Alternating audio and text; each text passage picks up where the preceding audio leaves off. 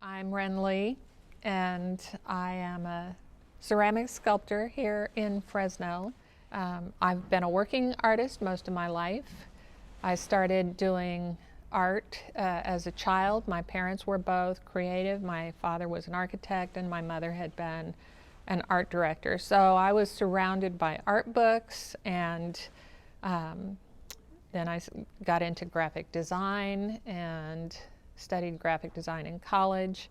And then later on, I started teaching graphic design. And when I was teaching graphic design at Utah State University in Logan, I was there when Jon Neely was sort of new to Utah State.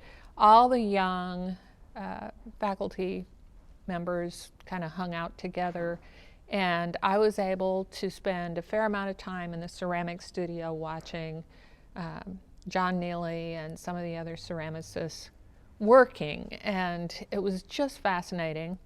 But I was doing mostly print at the time, two-dimensional design, and I continued to work as a graphic designer.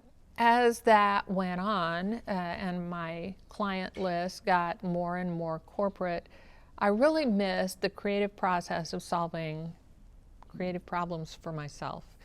In 2007, I was living in Austin, Texas, and I was getting a divorce.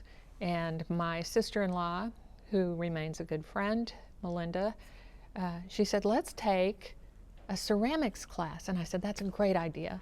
I found that the process of pounding on clay was really cathartic, and I started making essentially voodoo dolls, which was also very cathartic. And I worked all that out of my system, and then I continued to make what I now call spirit dolls. You can see some of those behind me now. They've evolved quite a bit. They are no longer about expressing my anger, and they're more benevolent. I started doing those, and I started showing in Texas, and then in 2017 I moved to Fresno and started looking for a studio space where I could work, and found Clay Hen Studios. And this has been a really wonderful creative home for me ever since.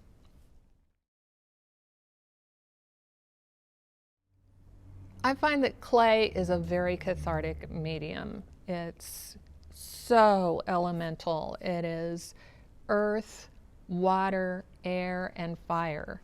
And how you combine these things makes infinite possibilities happen. I find that it is infinitely changeable, and it's the most existential act of creation.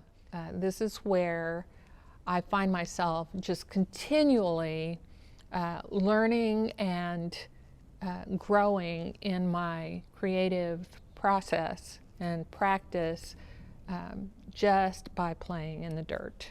My graphic design work has always been centered around identity. I was in corporate design for a long time, and I worked on a PhD in brand identity development. And so what makes a person, what makes an entity, what are the aspects of who you are questions that I've been exploring for basically my whole life. And so when I started working in clay, that question remained as a central part of my exploration. I began with the spirit figures, which are reminiscent of a numinous quality that I think we all have, kind of a soul element. The figures that you see when you're dreaming in your dreams that are not quite defined, your guardian angels, things like that. What are those unseen characteristics of identity? So that was where I started with clay. Started thinking more and more about how the ancestors, my ancestors, might have developed their ideas about the cosmos and how that influenced the way that my cultural history has evolved. And so I started studying the themes of Northern European mythology. And it's a rich and very colorful history, and you see it a lot these days in popular culture. There are movies with Thor and Odin, and the Game of Thrones is heavily based on Northern European myth, and the Lord of the Rings. But I was interested in what are the aspects that we retain.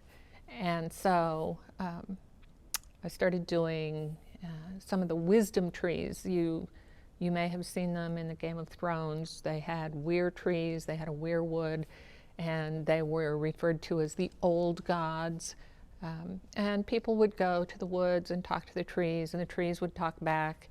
And that was a form of meditation and worship. I started working with those, and I'll be showing a selection of weir trees in the show that's coming up in Vernissage. And then I started thinking more about the personages, the mythic personages, personalities that were also part of the worshipful practice of my ancestors. The dimensions of these human identities are really endless, and these characters, which in the show you'll be seeing large pieces like an Irish battle goddess called the Morrigan, a Viking figure named Odin, and a green man. These are entities that embody ideas about how to live a good life and how to have a good death and what's important and how to treat other people. And they also explore the realm of things unseen but deeply felt. What I try to communicate in my art is the eternal consciousness that is underlying everything in human culture. Clay is not just a primitive medium. When you combine dirt with water, you create a mixture that has memory. And when you're working with it, you can have it be one way and then change it. And when you fire it, it wants to go back to the first way. It remembers where it was. And I have this romantic notion that it remembers a lot more than where it was while I was working on it. The elements in the clay are stardust, essentially. They are very, very old, and maybe there's consciousness in there, I don't know. But when I'm working with the clay, it's a dialogue between me and the clay. And sometimes the clay tells me what it wants to be, how it wants to act, which way it wants to go. And so between my ideas about identity and culture, and here's the clay talking back, I'm trying to communicate the timelessness of not only art, but the human soul. Thinking specifically about my own heritage, looking for universal themes in European history, and I still make the spirit figures, but I am expanding more and more into this sort of depth psychology of Western Europe and myth. The pandemic.